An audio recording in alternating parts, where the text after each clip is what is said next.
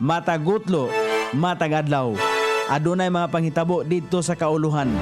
Panghitabo sa gawa sa atong nasod ug adunay mga panghitabo dinhi sa atong dapit. Mga panghitabo nga mao'y makapaikag sa katawhan nga mabinantayon sa lakat ug dagan sa panahon karon.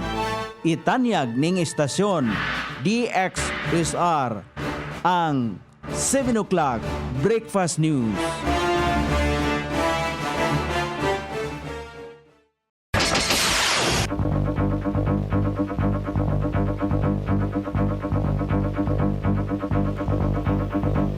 Ikala, kumusta? May buntag Iligan, may buntag Mindanao, may buntag Pilipinas. Adlong Martes, pizza 18 ni buwan sa Marso ning tuiga 2025.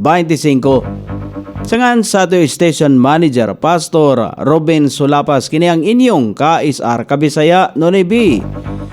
Ang muhatod sa hanay sa balita sa alas 7. O karon sa uluhang tudling sa itong mga balita, nakamotorcycle nga misutoy sa checkpoint, gigukod sa kapulisan, nakuhaan og Shabu. City Health Office, mipahigayon og TB HIV Caravan sa Barangay Suarez. Pag-instalar og street light sa Barangay Dalipuga hangtod sa Barangay Buroon, nahumana. Duterte, posibleng makagawas tungod sa taas nga edad. Malacanang, mibalo sa pahayag ni Mayor Basti nga walang utang na loob ang pamilya Marcos. Escudero, dili pagatugutan ang mga otoridad nga sudlon ang Senado aron arestuhon si De La Rosa. Balita sa gawa sa nasod, huwes sa Amerika gihukman nga kinahanglan nga manubag ang China mahitungod sa COVID-19. Balita sa kinabuhing Kristohanon, mga Kristohanon sa Ukraine, biktima gihapon sa Ukraine-Russia war.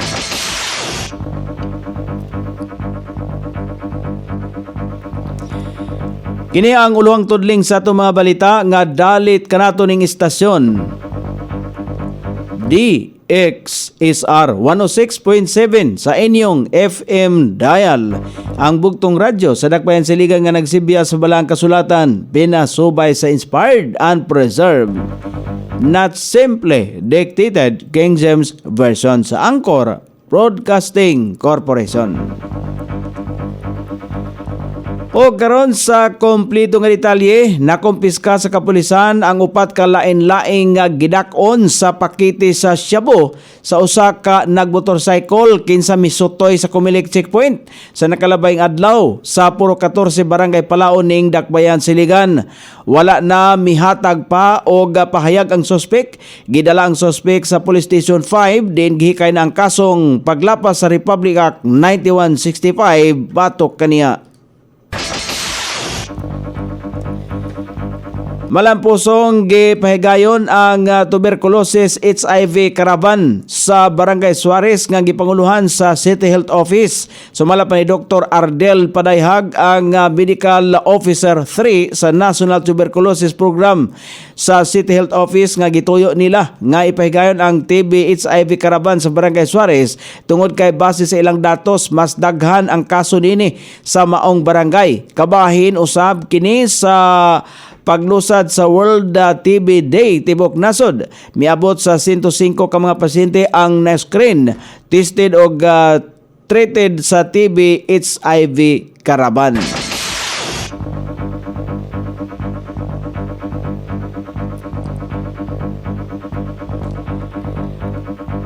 Dili imposibleng matagan sa konsiderasyon sa International Criminal Court o ICC ang kahimtang ni kanhi Presidente Rodrigo Duterte nga magatubang kini sa bugat nga kaso nunot sa isyu sa extrajudicial killings dinhi sa nasod.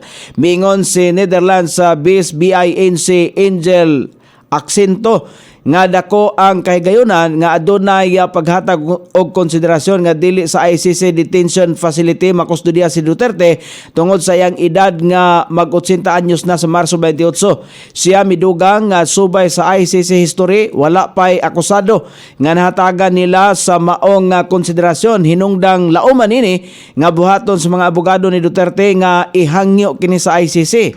Hisay rang gihatagan na si Duterte sa iyang sumbong diin nadiskubrihan nga 43 lamang ang ihap sa giingon nga napatay sa anti-drug campaign nga naa sa reklamo og sukwahi kini sa 30,000 nga gipatuo sa human rights advocates.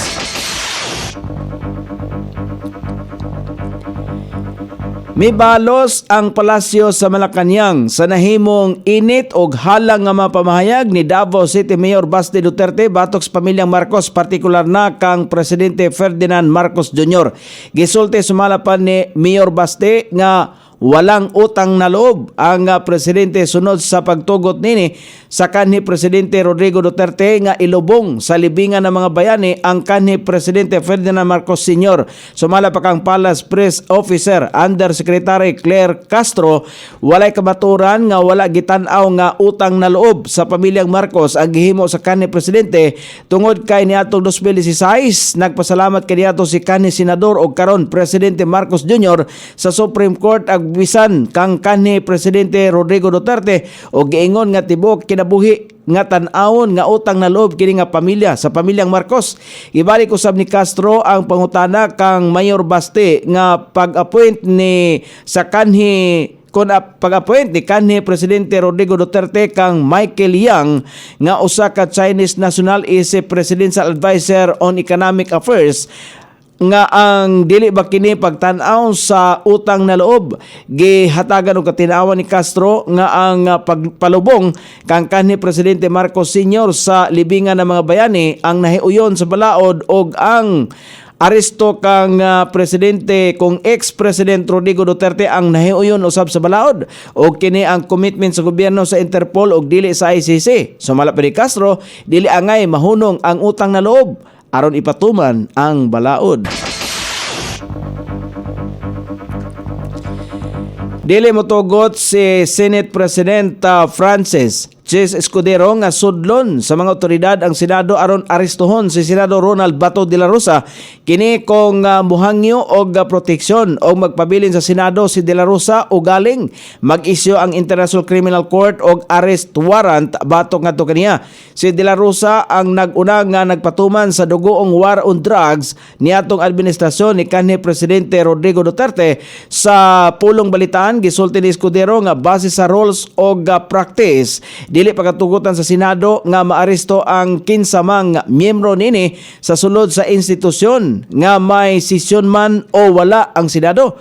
Kini sumala pa niya nga dili base sa balaod kun dili gitawag nga institutional courtesy kung asa nahimong tradisyon na sa Senado o kabahin usab kini sa ilang rules nga dugay na usab nga gisunod. Gisulti usab sa senador nga bisan ang Interpol nga miaresto kang Duterte ang dili usab pagatugutan nga arestuhon basta na lamang si De La Rosa sulod sa Senado bisan pa nga adunay gisilbi kon isilbi nga warrant of arrest. Hinoon gisulti ni sa delirato sa Senado nga dili usab taas nga panahon o magpabilin siya sa taas nga balay-balawran sa Senado apan hatagan usab og igo nga panahon si De La Rosa nga makakuha kung makuha ang tanang legal remedies hangtod nga makabaton kini og tin-aw nga desisyon. Kung mahinumduman gisulti ni De La Rosa nga mangayo siya og proteksyon kang Escudero nga dili unta siya isurrender sa mga otoridad o galing isilbi nga to kaniya ang warrant of arrest base sa hangyo sa International Criminal Court. Gikompirmar ni Escudero nga nagkasultihanay na sila si De La Rosa og dili niya pugnan ang senador kung gustohon ini nga magpundo sa Senado.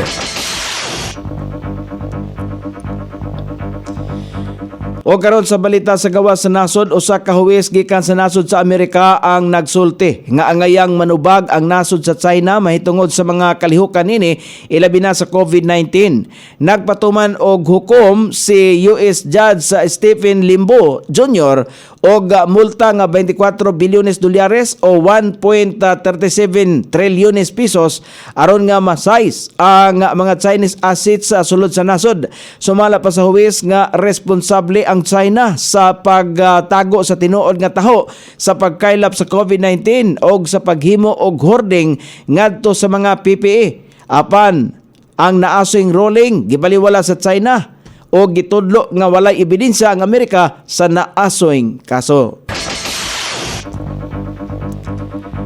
O karon sa balita sa kinabuhing Kristohanon, biktima gihapon ang kadaghanan sa mga Kristohanon sa nasod sa Ukraine tungod sa padayong panagbangi sa ilahang nasod o ngadto sa nasod sa Russia. Nataho nga aduna nay mga 206 ka mga kasimbahanan ang apektado, 29 ang namatay ug 39 ka mga Kristohanon ang gideklarang missing. Ang nasoy mga Kristohanon biktima sa nakasinati o biktima nga nakasinati og pagpanglutos gikan sa kamot sa pwersa sa Russia. Tungod niini gitarget sa mga kasunduluhan sa Russian ang mga Kristohanon nga mga Ukrainian o mga adunay dugong Russian. O karon sa balita sa kinabuhing kon, arita sa dagan sa kahimtang sa dagan sa panahon, northeast monsoon ang paday makapektar sa Luzon, easterly sa makapektar sa ubang bahin sa atong nasod. Ang Zamboanga Peninsula, Basilan, Sulo, Tawi-Tawi, Cagayan Valley, Aurora, Quezon, Metro Manila ug ang ubang bahin sa Luzon ang makasinati paghapon matag karon og unya og ilabi na sa kahaponon sa sayong taknas kagabion og mga madagumon nga kalangitan. Inubanan sa patak-patak gihapon nga mga pagulan kini epekto sa easterly og northeast monsoon. Ang sukod sa temperatura dinhi sa dakbayan siligan ang kabugnaon ana sa 23 ug ang kainiton mosangko sa 30 degrees centigrado. Ang adlaw misilang kaniya sa alas 6:02 ug mosahop unya sa alas 6:07 sa sayong takna sa kagabion.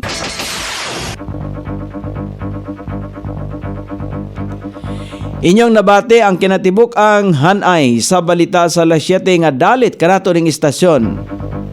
DXSR 106.7 sa inyong FM dial.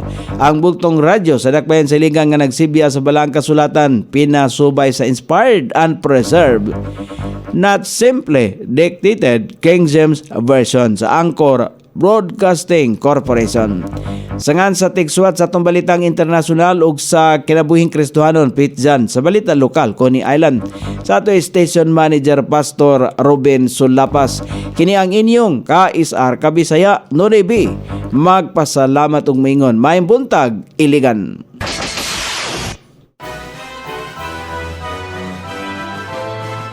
Inyong nabati ang 7 o'clock breakfast news hangtod na usab og mga adlaw sa samang takna o sa samang istasyon.